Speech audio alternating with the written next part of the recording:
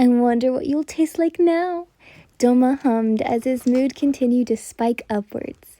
Pleasant thoughts of eating yin consuming his mind the longer he stared at her. Not too sweet, I imagine, but not too rough either. Haven't you already killed and devoured me before already? She narrowed her eyes, her anger levels rising as he continued to approach. Yes, but I want to do it again. Stifling at the lack of remorse, Yin shivered from his cool gaze and wrapped her arms around her body, hating the fact that she was still so exposed in her mind. If she had never gone to the washroom in the first place, she wouldn't have to fight Sudoku, converse with Muzan, or immediately see Doma like this. And all just in her undergarments. It annoyed her.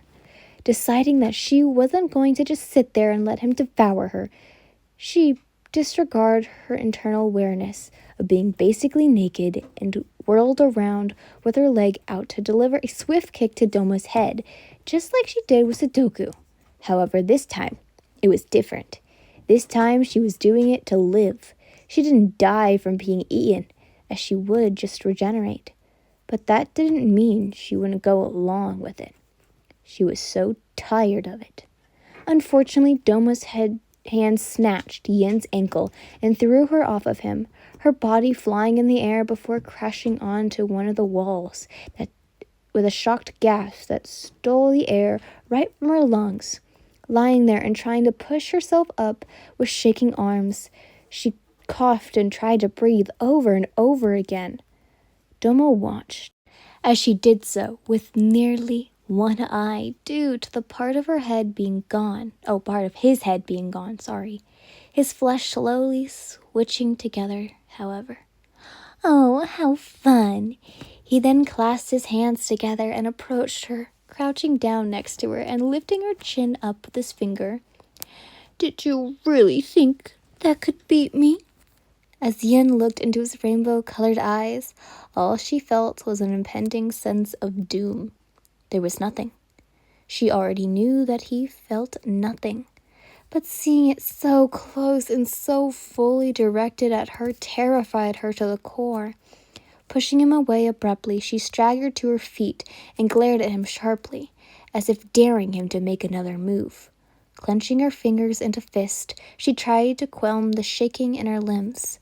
While she knew she was already hardly strong enough to defeat Muzan, she knew she had to stave him off for long enough to where he'd hopefully grow bored. After all, it is his nature. And Yin knew that more than anyone at that moment, because she wasn't from this world. Ignoring the feeling of a bruise forming on her back from being pushed around twice that day, she launched herself at Doma once more, trying to cause as much damage as she could in a little time she had before he regenerated. Winding her arm back, she let her fist coil with his cheek in a way that sent him flying back that time.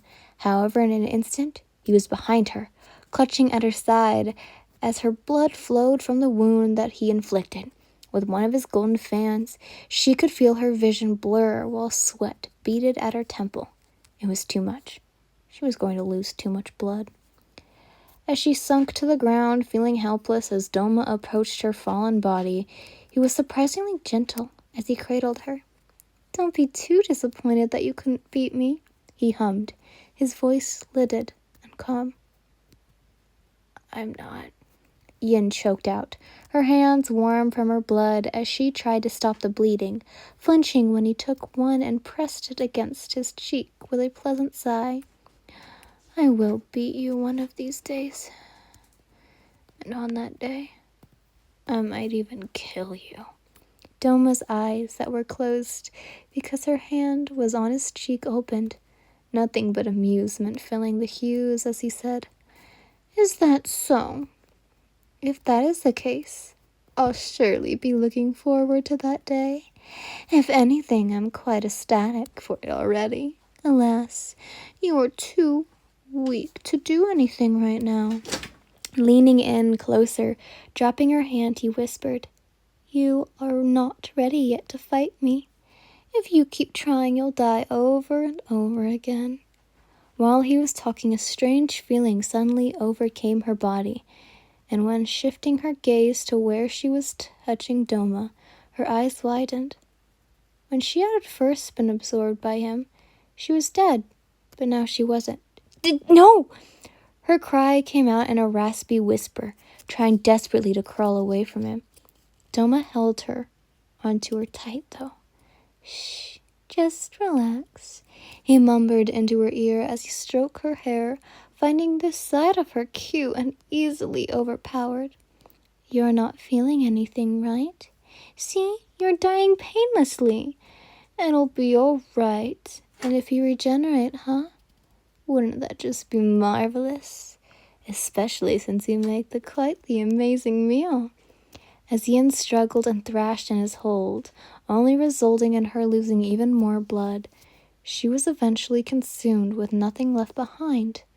Since the scarlet ink still stained his fingers, Doma licked it off and exhaled softly at the exquisite taste. Just as I thought, Muzan's interests are no doubt the best. Giggling softly to himself, his eyes wide in surprise, when suddenly his view was angled. Not even a moment later that his head was being cut off and he was being held.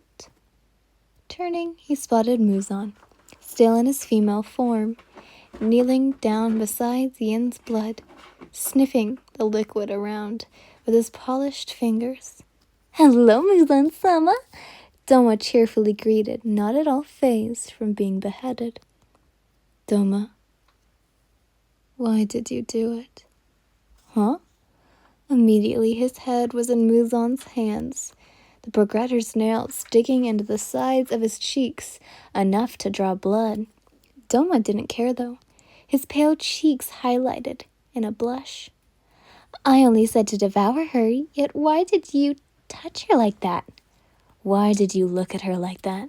Why did you speak to her like that? Muzan continued, iterating, his expression dangerous, while the murderous aura that wafted around him was enough to make Doma think twice about saying anything. Do not forget your place, Doma.